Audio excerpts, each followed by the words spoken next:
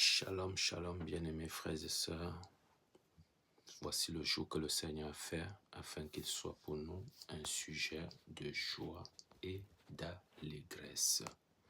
Voilà, nous allons prendre un passage pour s'encourager. C'est 1 Corinthiens chapitre 3 à partir du verset 16. La parole déclare ceci.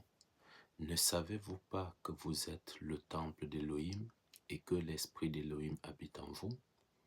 Si quelqu'un détruit le temple d'Élohim, Élohim le détruira, car le temple d'Élohim est saint et c'est ce que vous êtes. » Amen. Voilà, bien-aimés frères, la parole nous encourage à reconnaître que nous sommes la maison de Yahweh. Parce que nous avons grandi dans l'esprit où on nous disait, on s'en va au temple. On s'en va dans un lieu de rassemblement qu'on appelle faussement église, qui est un lieu construit par la main d'homme à travers les briques et le ciment. Mais par la mort et la résurrection de Christ, il a fait de nous maintenant des temples. Nous sommes devenus une habitation du Seigneur.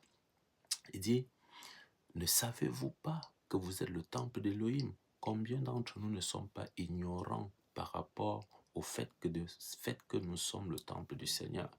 Donc nous sommes la maison du Seigneur et l'Esprit du Seigneur habite en nous. Donc si nous sommes le temple et que l'Esprit habite en nous, quel temple cherchons-nous encore?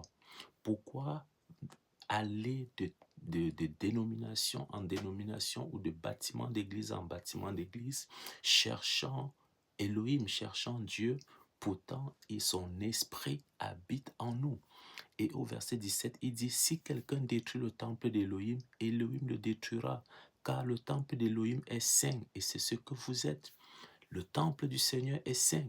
Donc, étant devenu le temple du Seigneur, mes amis, nous devons fuir le péché, fuir l'impudicité, fuir la masturbation, fuir, alléluia, les relations sexuelles illicites, fuir la fornication, fuir même l'adultère, parce que le temple est saint.